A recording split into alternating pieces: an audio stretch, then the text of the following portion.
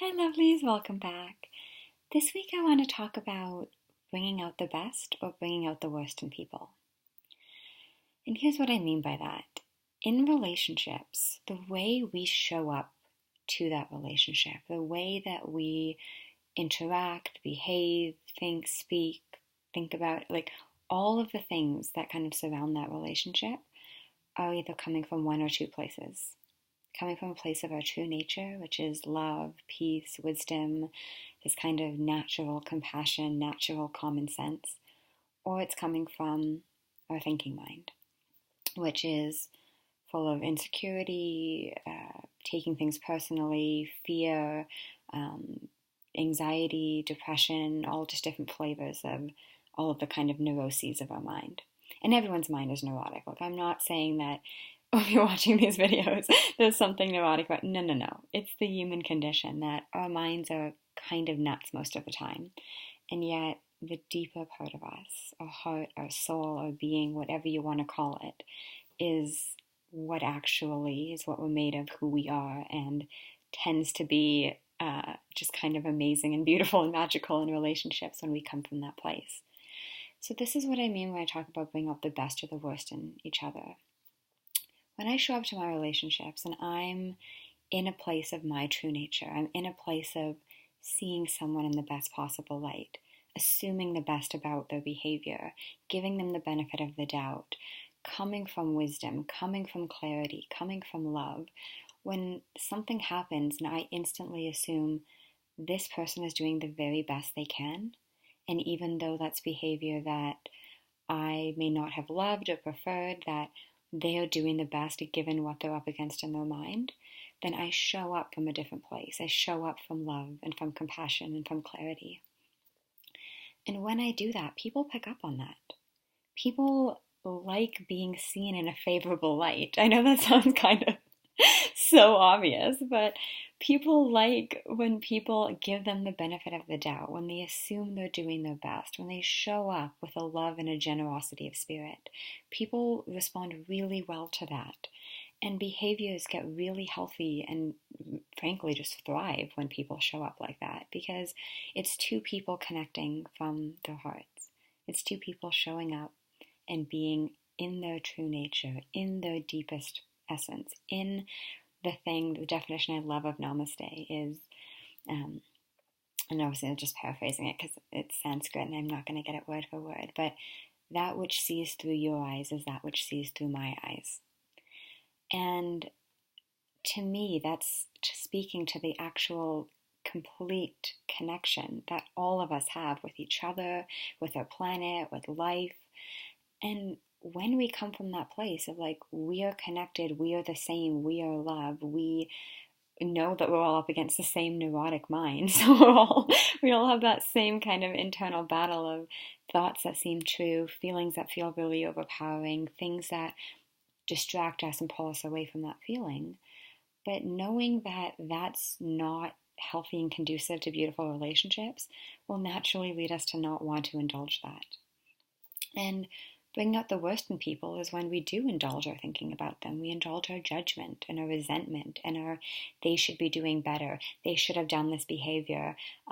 This is something, they've let me down here. They've done this thing that I'm not happy with or accepting of or approving of. And it's totally normal and natural to have judgmental thinking or to have insecure thinking or to have anxious thinking. Like, I definitely don't, and literally no human being I've met lives in a world where we can control what comes into our mind. We can't.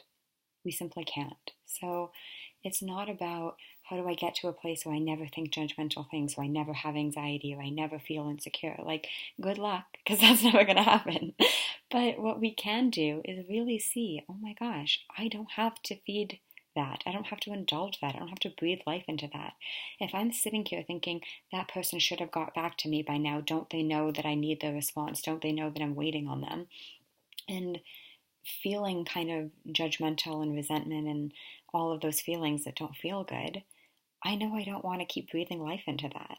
I don't want to stay there. I don't want to approach that relationship and my next interaction with them from a place of, I'm so frustrated with you. Like, that tends to bring out the worst in people. And you know that for yourself. When you show up and you're met with somebody being frustrated, angry, impatient, insecure, resentful of you, that doesn't make you feel at your best. It doesn't bring out the best in you. Like, you're not going to show up unless you happen to be one of the most kind of courageous, open-hearted, understanding among us, which, if you are, that's amazing.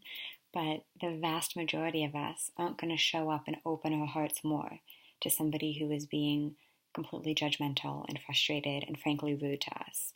We do the opposite. We meet them where they are. We bring that same level of judgment or fear or insecurity because that's what we're being met with. And so the line between bring out the best in people and bring out the worst in people is as simple as seeing where are we coming from. Because when we come from our true nature, when we come from our heart and that deepest place in us, we naturally bring out the best in people. We don't need to get skilled at this. We don't need to have years of practice. We don't need to have a perfect relationship with them. They don't have to, be at the same level of understanding that we are. It's not about that. It's that when I show up and I have a generosity of spirit and I see the love in someone and I see the well-being and I feel that within myself and I see that we're connected and I come from that Namaste place, relationships thrive. They're easy, they're lovely, they're beautiful, they're connected, they're just a joy to have. And when I show up and I'm indulging my thinking about that person should have done differently. They should have not done that action. Their behavior should be different. The way they show up to me should be different. I don't like the feeling they're in. When I come with a ton of judgment about someone, that's not bringing out the best in them. That's not coming from a place of connection. That's not coming from a place of love. That's not coming from compassion. That's coming from me believing all my ideas about how they should be, how I should be, how the relationship should be, expectations, judgment, ideas, things not matching up, inevitably leading to resentment.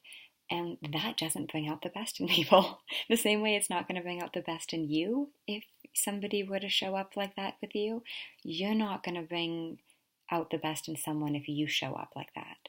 So seeing when we're kind of up in our crazy minds, up in our ideas, beliefs, judgments, concepts, and when we're just in the true nature, in our hearts, in our well-being. It's the difference between having relationships that are healthy and thriving and beautiful for both parties, or having relationships that are tense, difficult, frustrating, and kind of like literally two egos battling it out, because that's what it really is. It's us getting stuck in our ego, us getting stuck in our neurotic thinking, and then bringing that to someone and expecting them to show up with an open heart of love and understanding and just kind of real connection. And like I said, sometimes you get lucky. Sometimes you can show up and be just so terrible to someone because you're so lost in your thinking, and they'll still show up with love and with generosity and with compassion.